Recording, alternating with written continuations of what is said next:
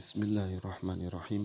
Assalamualaikum warahmatullahi wabarakatuh. Pada kesempatan kali ini kita akan membahas materi gagasan ruang masjid. Perlu saya sampaikan di awal, yang dimaksud gagasan pada pembahasan atau perbincangan kita ialah gagasan konseptual yang bersifat arsitektural. Namun demikian, gagasan ini tidak dapat dilepaskan dari gagasan filosofis yang bersifat teologis.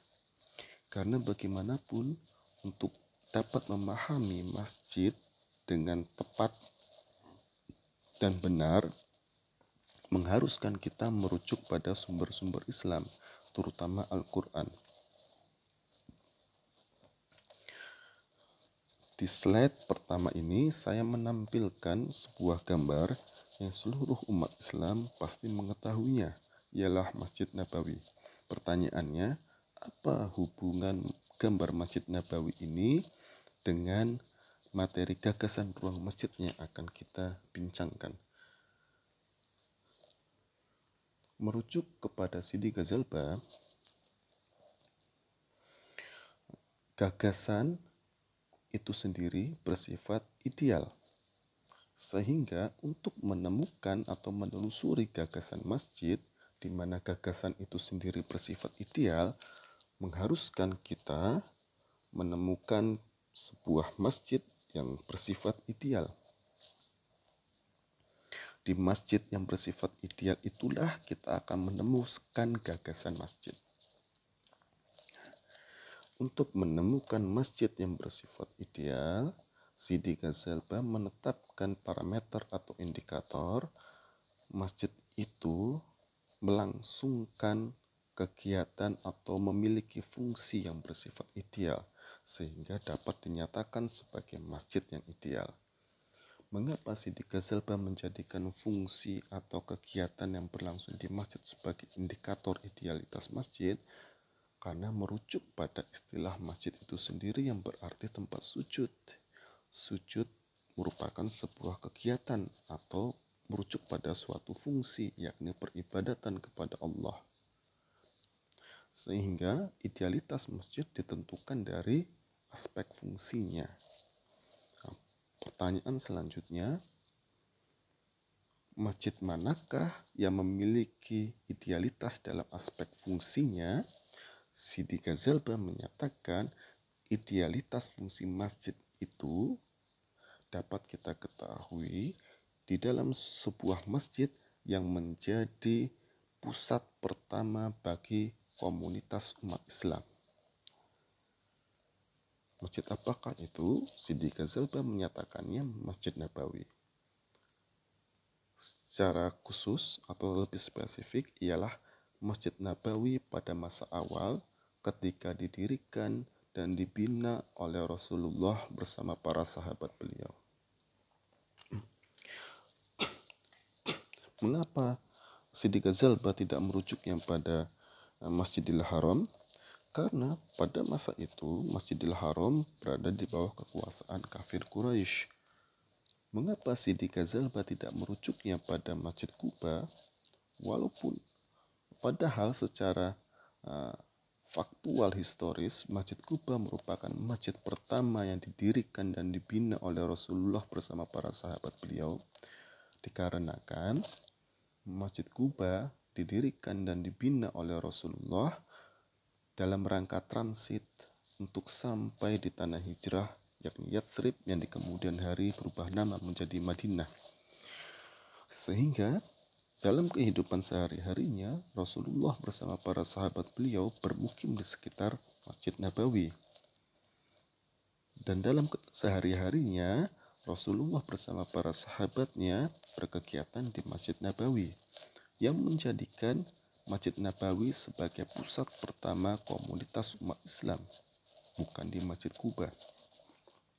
Demikian kita dapat memahaminya dari pemikiran Sidi Ghazalba.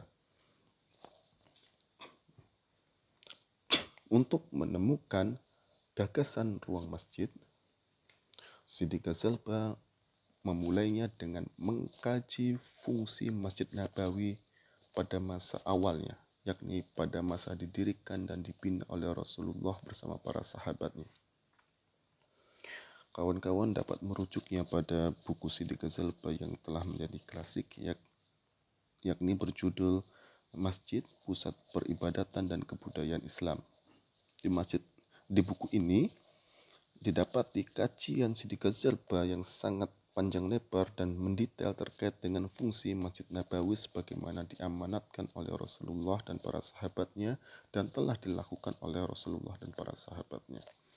Setelah mengkaji fungsi Masjid Nabawi ini, Sidi Ghazalba kemudian menyatakan bahwa gagasan masjid yang berlandaskan pada fungsi masjid ialah masjid sebagai ruang suci,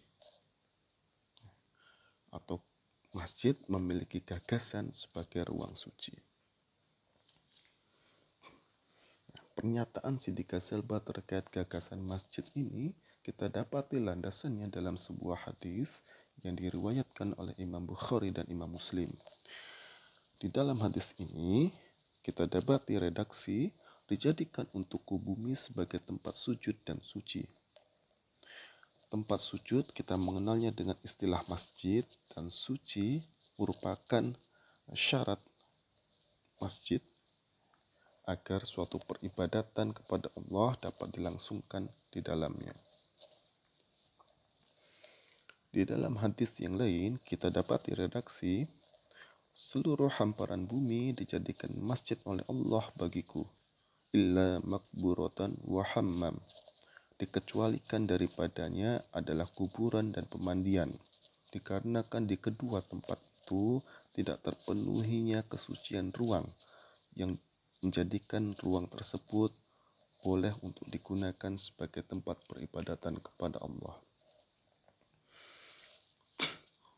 Sehingga masjid yang diperuntukkan sebagai tempat peribadatan kepada Allah mensyaratkannya harus suci. Disinilah kita dapat memahami pemikiran Sidi Ghazalba yang menyatakan bahwasanya gagasan masjid ialah ruang suci.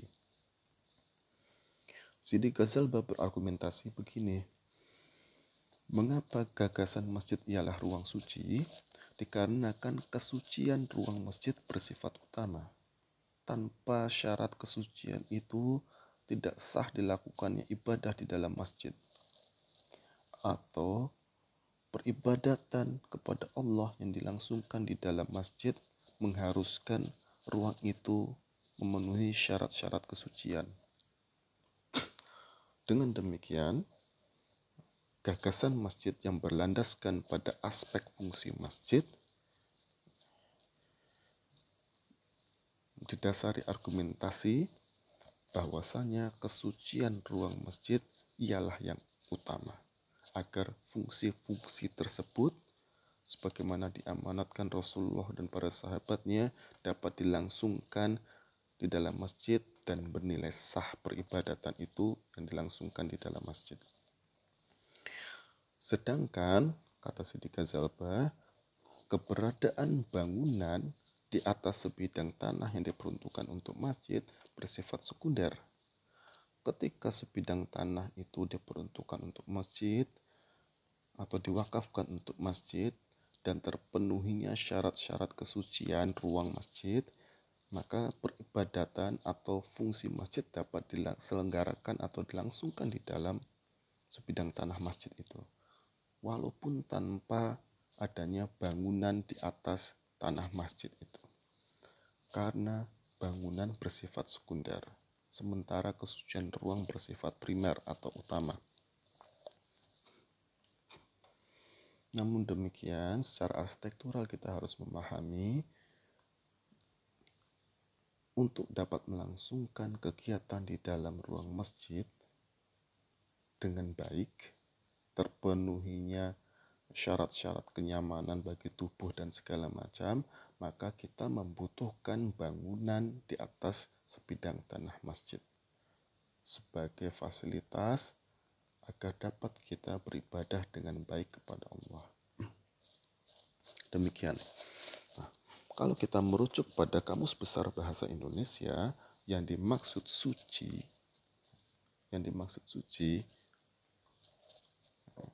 masjid sebagai ruang suci. Yang dimaksud suci di sana berarti bersih, tidak najis, bebas dari dosa, bebas dari celah, bebas dari noda, dan murni.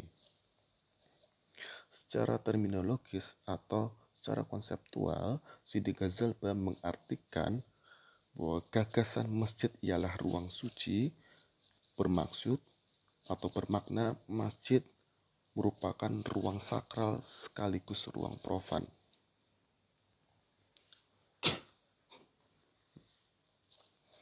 Kembali lagi, Sidi Ghazalbah merumuskan gagasan masjid berlandaskan pada aspek fungsi masjid yang dinyatakan oleh Ghazalbah sebagai aspek utama dari sebuah masjid, ialah fungsinya.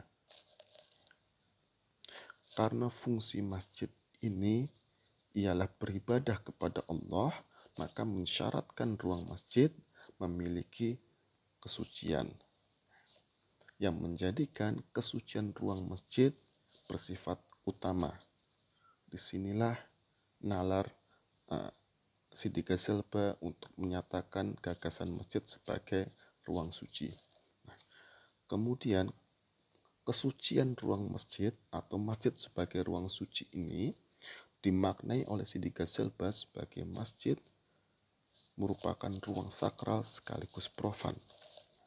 Untuk memahami penjelasan ini, kita harus kembali lagi ke awal. Gagasan ruang masjid dirumuskan oleh Sidi Ghazalbah berlandaskan pada aspek fungsi masjid. Sehingga Sidi Ghazalbah ingin menegaskan masjid sebagai ruang suci, yang maksudnya masjid merupakan ruang sakral sekaligus profan, ialah sebuah ruang di mana di dalamnya dilangsungkan kegiatan yang bersifat sakral sekaligus kegiatan yang bersifat profan. Dalam istilah yang lebih mudah dipahami oleh umat Islam, kegiatan sakral ialah kegiatan ibadah mahdhah, kegiatan profan ialah kegiatan ibadah ghairu mahdhah. Sehingga bagi Sidi Ghazalbah, gagasan ruang masjid sebagai ruang suci baru dapat terpenuhi ketika suatu masjid di dalamnya dilangsungkan kegiatan yang bersifat sakral, yakni kegiatan ibadah mahdhah, dan kegiatan yang bersifat profan atau keduniaan, yakni kegiatan yang bersifat ibadah ghairu mahdhah. Dengan bertemunya dua sifat kegiatan di dalam ruang masjid ini menjadikan masjid sebagai pusat komunitas bagi umat Islam. Kira-kira demikian cara berpikir Sidi Ghazalbah. Masjid bersifat sakral sekaligus profan, yang merupakan pengertian dari gagasan masjid sebagai ruang suci. Gagasan ini berbeda kalau kita merujuk pada gereja pada abad pertengahan di dunia barat. Kita dapat mengetahui di dunia barat pada masa zaman pertengahan muncul dualisme spasial, yakni ruang yang bersifat sakral dan ruang yang bersifat profan. Ruang bersifat sakral dimiliki atau otoritasnya berada di bawah institusi gereja. Sementara ruang yang bersifat profan dimiliki atau berada di bawah otoritas kerajaan. Dua ruang dengan sifat yang berbeda dibawahi oleh dua otoritas yang berbeda pula. Yang satu adalah otoritas keagamaan, yang satu adalah otoritas politik. Walaupun demikian, kedua institusi ini tetap saling membutuhkan untuk keberlangsungannya. Tapi dalam konteks masjid, masjid tidak bisa digolongkan sebagai ruang sakral saja sebagaimana gereja, apalagi tidak dapat digolongkan sebagai ruang profan. Masjid berada di tengah itu. Masjid sebagai ruang suci atau masjid dengan gagasan ruang suci ialah sebuah ruang yang sakral sekaligus profan. Ini membedakan gagasan masjid dengan tempat peribadatan umat yang lain, terutama dengan gereja. Ya. Setelah menjelaskan gagasan masjid ialah ruang yang suci, Siti Ghazalba merumuskan dua hukum yang mendasari gagasan masjid sebagai ruang suci itu. Hukum pertama ialah hukum perimbangan hubungan dengan Allah, hubungan dengan manusia, dan hubungan dengan alam. Bahwa masjid sebagai ruang suci, yang berarti masjid sebagai ruang yang bersifat sakral sekaligus profan, harus didasari hukum perimbangan bahwa di dalam ruang itu berlangsung kegiatan berkaitan dengan hubungan kepada Allah, kepada manusia, dan kepada alam. Dan itu harus berlangsung dengan seimbang, dengan tidak meniadakan salah satunya.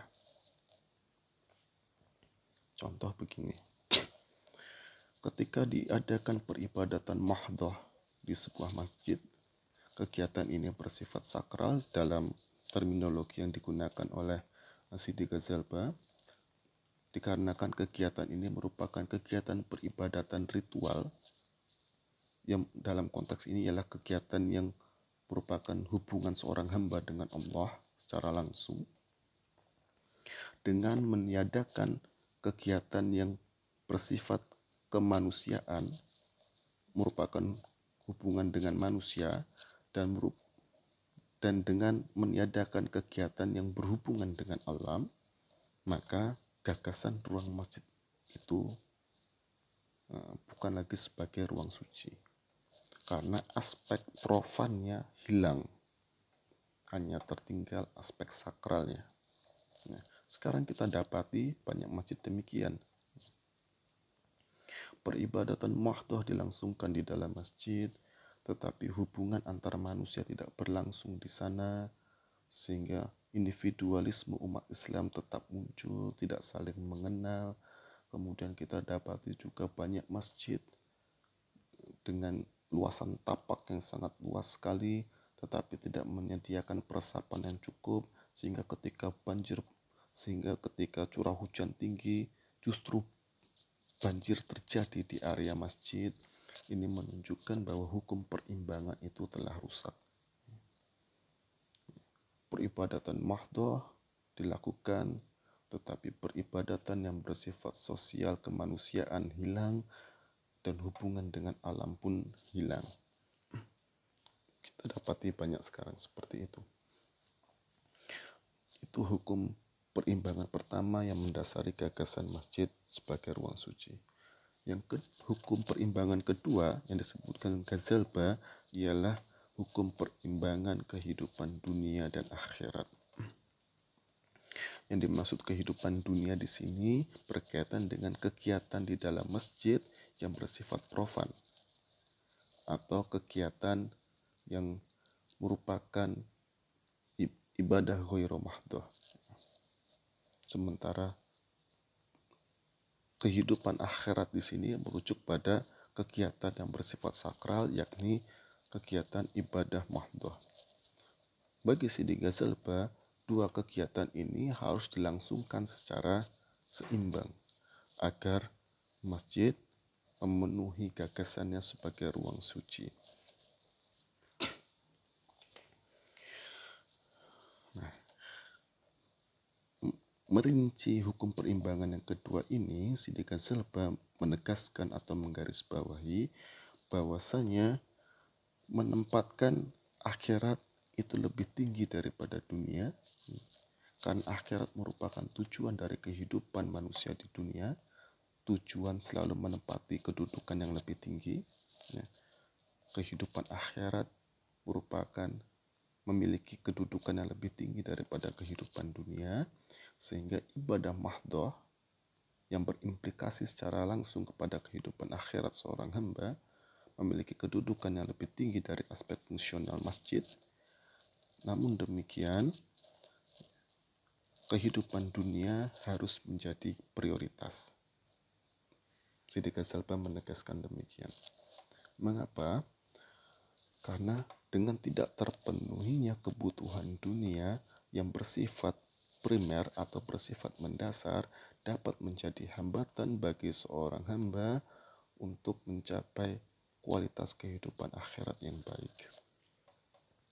Dikaitkan dengan gagasan masjid sebagai ruang suci, yakni masjid sebagai ruang yang bersifat sakral sekaligus profan. Di dalam ruang masjid harus dilangsungkan kegiatan yang bersifat keduniaan dan kegiatan yang berorientasi akhirat, kegiatan ibadah mahdhah dan kegiatan ibadah khairah mahdhah.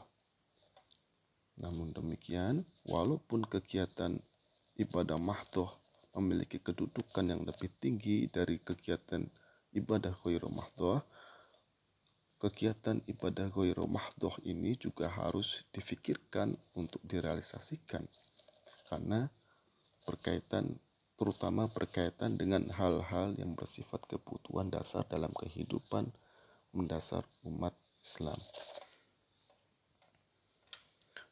Rusaknya perimbangan kehidupan dunia dan akhirat ini dapat kita saksikan dalam kehidupan sehari-hari pada masa sekarang ini.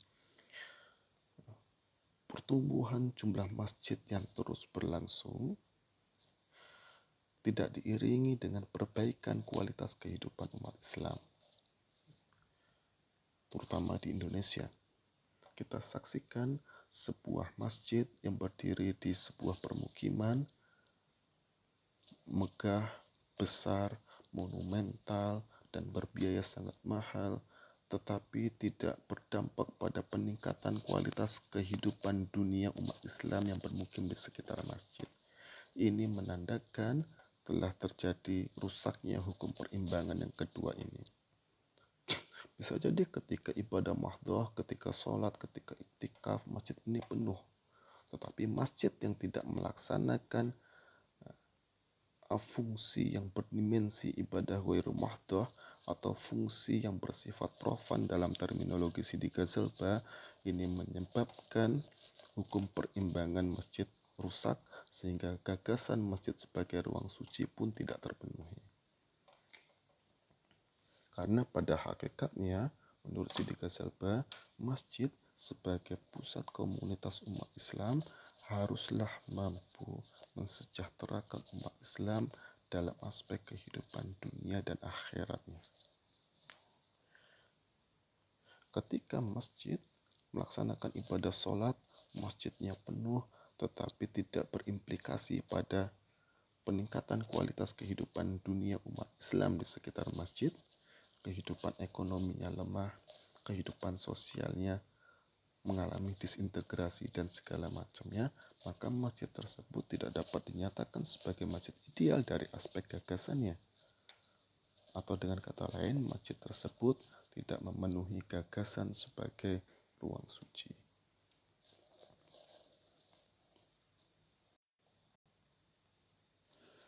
Kita lanjutkan.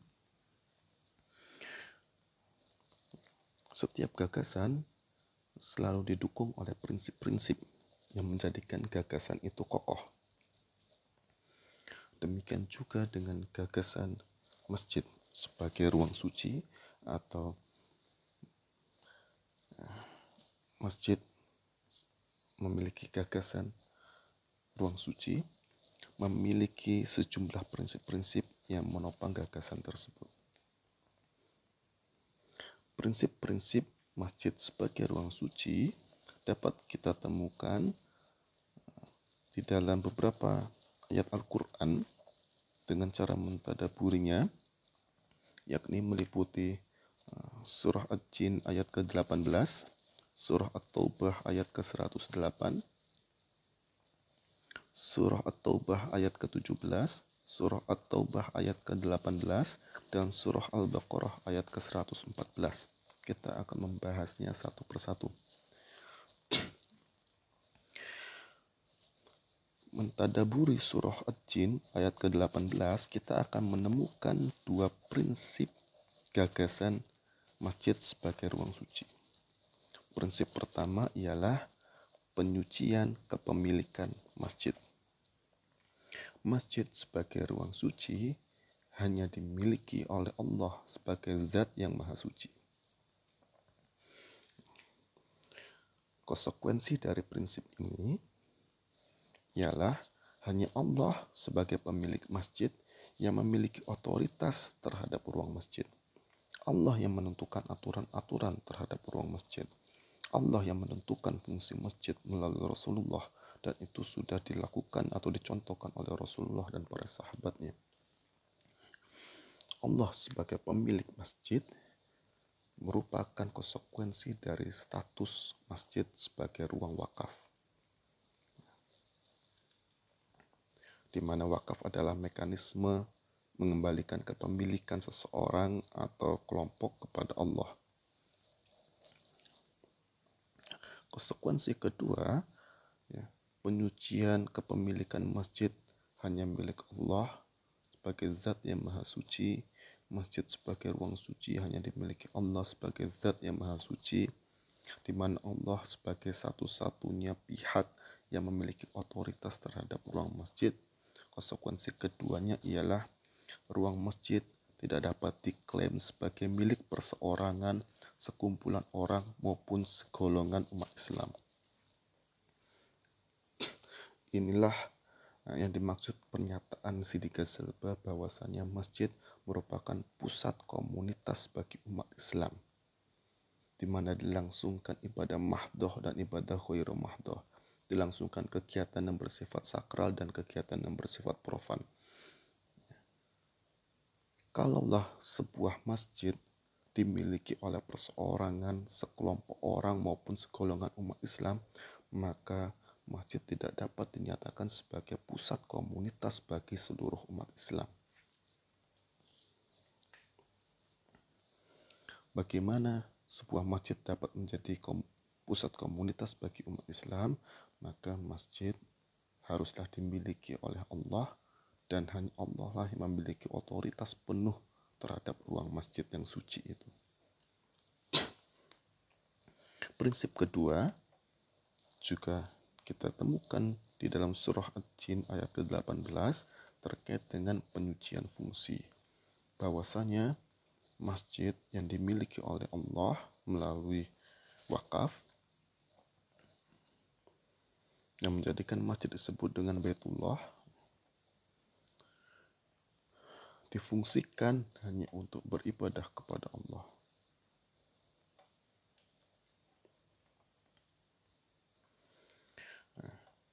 Melakukan suatu kegiatan yang diperuntukkan untuk beribadah kepada selain Allah di dalam ruang masjid merupakan suatu bentuk pengotoran kesucian ruang masjid. Ini dapat kita logikakan begini. Prinsip ini dapat kita logikakan begini. Suatu masjid yang dimiliki oleh Allah, yang diperuntukkan untuk beribadah kepada Allah, di mana Allah memiliki otoritas penuh di dalamnya, kemudian seseorang melakukan kegiatan beribadah kepada selain Allah, tentulah kegiatan dilakukan orang ini di luar akal sehat kita. Sehingga kepemilikan masjid berkonsekuensi terhadap fungsi masjid. Masjid sebagai ruang suci yang dimiliki oleh Allah sebagai pihak pemegang otoritas terhadap ruang masjid yang suci tersebut diperuntukkan untuk melangsungkan fungsi-fungsi yang suci, yakni beribadah kepada Allah. Prinsip ketiga kita dapat temukan pada surah At-Taubah ayat ke-108, yakni penyucian tujuan masjid. Bahwasanya masjid didirikan bertujuan untuk membersihkan umat Islam, mensucikan umat Islam, baik jiwa maupun raganya, meliputi akidahnya, sistem keyakinannya, pikirannya, emosinya, dan amalannya. Ketika umat Islam ini sudah mencapai kesucian dirinya, meliputi kesucian jiwa dan raganya, maka suatu masjid yang menjadi pusat komunitas umat Islam dapat mencapai tujuan yang lain, yakni mensejahterakan kehidupan umat Islam di dunia dan di akhirat. Kira-kira demikian. Prinsip keempat juga dapat kita temukan di dalam surah At-Taubah ayat ke-108 terkait dengan penyucian pendiri masjid. Bahwasanya masjid didirikan oleh orang-orang yang bertakwa, yakni umat Islam yang memahami dan mematuhi perintah Allah dan memahami serta menjauhi larangan-larangan Allah yang ditetapkan Allah kepada setiap hambanya.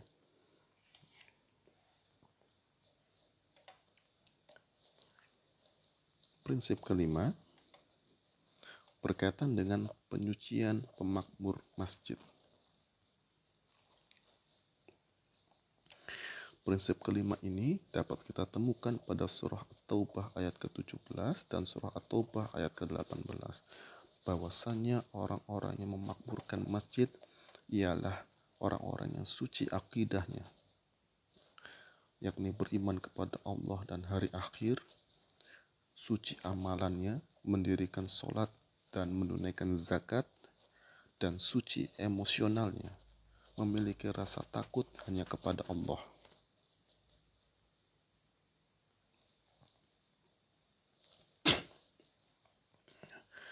Yang dimaksud pemakmur masjid dalam konteks ini, kalau kita kembali merujuk kepada Siti Ghazalba, ialah merujuk pada pengelola masjid atau yang kita sebut takmir masjid. Jadi orang-orang yang diberikan amanah untuk menjadi pengelola masjid atau orang-orang yang diberikan tanggung jawab sebagai pemakmur masjid, sebagai takmir masjid, ialah orang-orang yang harus suci akidahnya, suci amalannya, dan suci emosionalnya. Konsekuensi dari prinsip kelima kita dapati juga di dalam surah At-Taubah ayat ke-17, surah At-Taubah ayat ke-18, dan surah Al-Baqarah ayat ke-114, ialah dilarangnya memakmurkan masjid bagi orang-orang yang kotor akidahnya, yakni orang-orang yang ingkar kepada Allah, dan kotor amalannya, yakni menghalang-halangi ibadah umat Islam dan berupaya untuk merobohkan masjid yang menjadi pusat bagi komunitas umat Islam. Oleh karena itu, tidak diperbolehkan, tidak diperkenankan mengangkat non-muslim sebagai pihak pemakmur masjid atau pengelola masjid atau menjadi takmir masjid. Lalu bagaimana hukumnya melibatkan non-muslim dalam kegiatan di dalam masjid? Menurut Farid, keterlibatan non-muslim di dalam masjid bersifat terbatas, tidak sebagaimana umat Islam menjadikan masjid sebagai pusat kegiatannya sehari-hari, atau menjadikan masjid sebagai pusat kegiatan bagi umat Islam. Ya. Mengapa kegiatan non-muslim di dalam masjid bersifat terbatas? Karena menurut Farid, keterlibatan non-muslim di dalam masjid harus memenuhi dua syarat. Pertama terkait dengan tujuan, kedua berkaitan dengan kebutuhan umat Islam. Ketika tujuan umat non-muslim, ketika tujuan kalangan non-muslim datang ke masjid untuk belajar Islam, atau tujuan non-muslim datang ke masjid karena dibutuhkan oleh umat Islam, maka diperbolehkan non-muslim tersebut terlibat di dalam kegiatan di masjid. Sebagaimana pada masa lalu, kalangan non-muslim yang merupakan delegasi dari kerajaan-kerajaan di luar Jazirah Arab mendatangi Rasulullah dan diterima oleh Rasulullah di dalam masjid. Karena adanya tujuan yang diperbolehkan dan adanya kebutuhan bagi umat Islam untuk menerima kedatangan delegasi tersebut yang berstatus sebagai non-muslim. Kalau kita merujuk kepada Syekh Shalih Al-Fauzan, beliau juga menyimpulkan syarat-syarat keterlibatan non-muslim di dalam masjid. Yang pertama ialah tujuannya bermanfaat menurut Islam. Bisa jadi tujuan non-muslim datang ke masjid untuk meminta atau untuk belajar Islam, meminta konfirmasi terhadap suatu peristiwa yang berkaitan dengan umat Islam, meminta konfirmasi terkait suatu pandangan yang beredar di sosial media terkait dengan umat Islam dan sebagainya.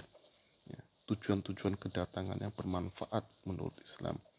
Atau bisa jadi seperti masa Utsman bin Affan. Ketika Utsman bin Affan memperluas Masjid Nabawi, beliau melibatkan para tukang dari kalangan non-muslim. Begitu juga yang terjadi ketika masa Umar bin Abdul Aziz. Beliau melibatkan tukang dari kalangan muslim. Ada tujuan yang bermanfaat bagi Islam dan umat Islam terkait dengan kegiatan non-muslim di dalam masjid. Ya, syarat kedua ditetapkan oleh Syekh Shalih Al Fauzan ialah kehadiran non-muslim di dalam masjid disetujui oleh umat Islam. Terpenuhnya dua tujuan menurut Farid, atau terpenuhnya dua syarat menurut Farid, dan terpenuhnya dua syarat menurut Syekh Shalih Al Fauzan, maka keterlibatan non-muslim di dalam masjid dapat dibenarkan.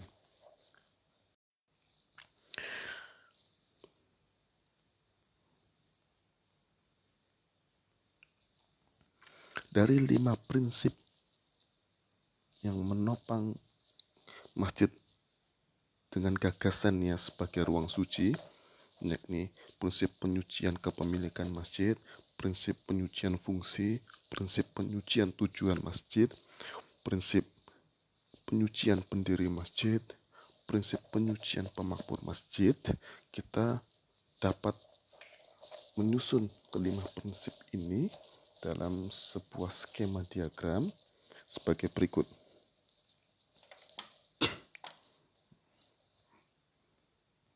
Pertama, masjid sebagai ruang suci dimiliki oleh Allah sebagai zat yang maha suci. Didirikan oleh orang-orang yang suci, yakni orang-orang yang bertakwa kepada Allah. Dan dimakmurkan atau dikelola oleh orang-orang yang juga suci, yakni orang-orang yang beriman kepada Allah dan hari akhir, mendirikan sholat dan menunaikan zakat, dan memiliki rasa takut hanya kepada Allah, atau orang-orang yang suci dalam aspek akidah, aspek amal, dan aspek emosionalnya. Masjid sebagai ruang suci yang dimiliki oleh Allah sebagai zat yang maha suci, yang didirikan oleh orang-orang suci, orang-orang yang bertakwa kepada Allah, dan dikelola oleh orang-orang yang suci, maka dapatlah melaksanakan fungsi masjid untuk beribadah kepada Allah.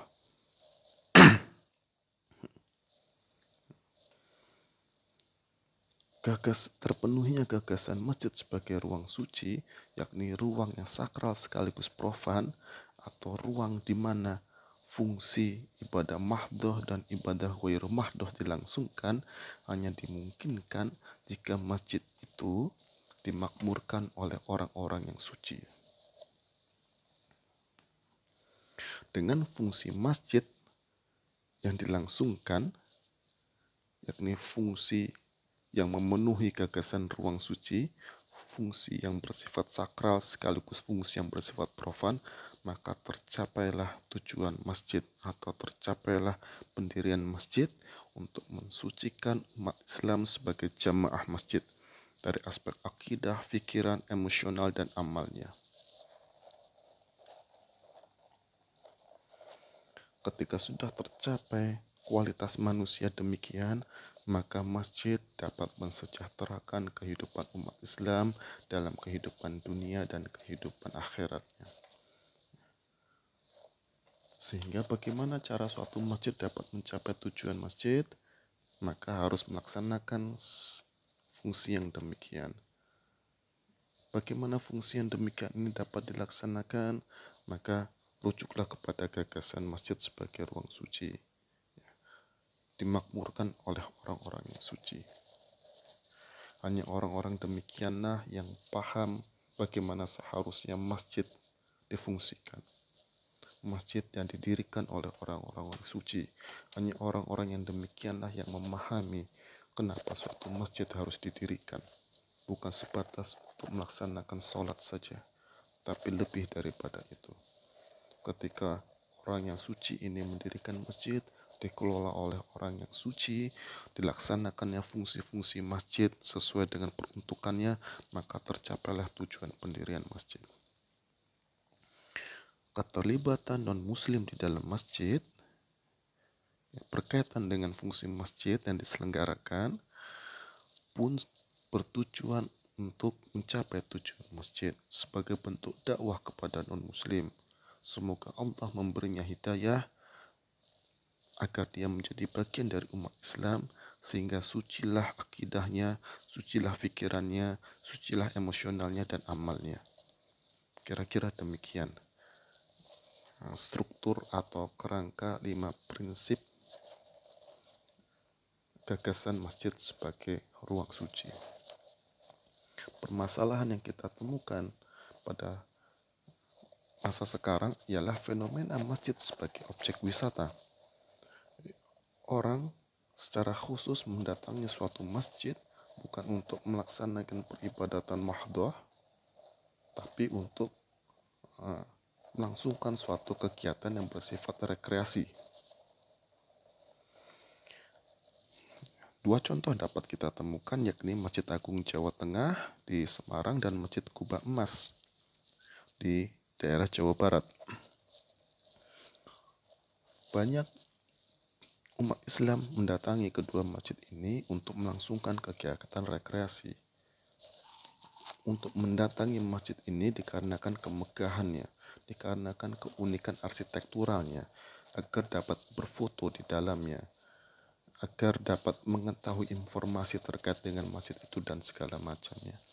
Lalu yang menjadi permasalahan ialah bagaimana fenomena masjid sebagai objek wisata ini dapat tetap dilangsungkan agar memenuhi gagasan masjid sebagai ruang suci, khususnya terkait dengan keterlibatan wisatawan yang non-muslim. Apakah fenomena masjid sebagai objek wisata ini dapat dilangsungkan sesuai dengan idealitas masjid sebagai ruang suci, terutama berkaitan dengan keterlibatan wisatawan non-muslim. Ini menjadi PR kita bersama yang harus didiskusikan sehingga fenomena ini menjadi jelas bagi kita, dan kedepannya ketika merancang masjid kita dapat memperhatikan fenomena ini, terutama untuk masjid jamik, sehingga masjid jamik yang dibangun yang salah satunya diperuntukkan sebagai objek wisata dapat tetap memenuhi gagasan masjid sebagai ruang suci dengan prinsip-prinsip yang telah kita bicarakan tadi. Demikian pembicaraan atau pembahasan kita pada kesempatan kali ini. Allahu a'lam bishawab. Wassalamualaikum warahmatullahi wabarakatuh.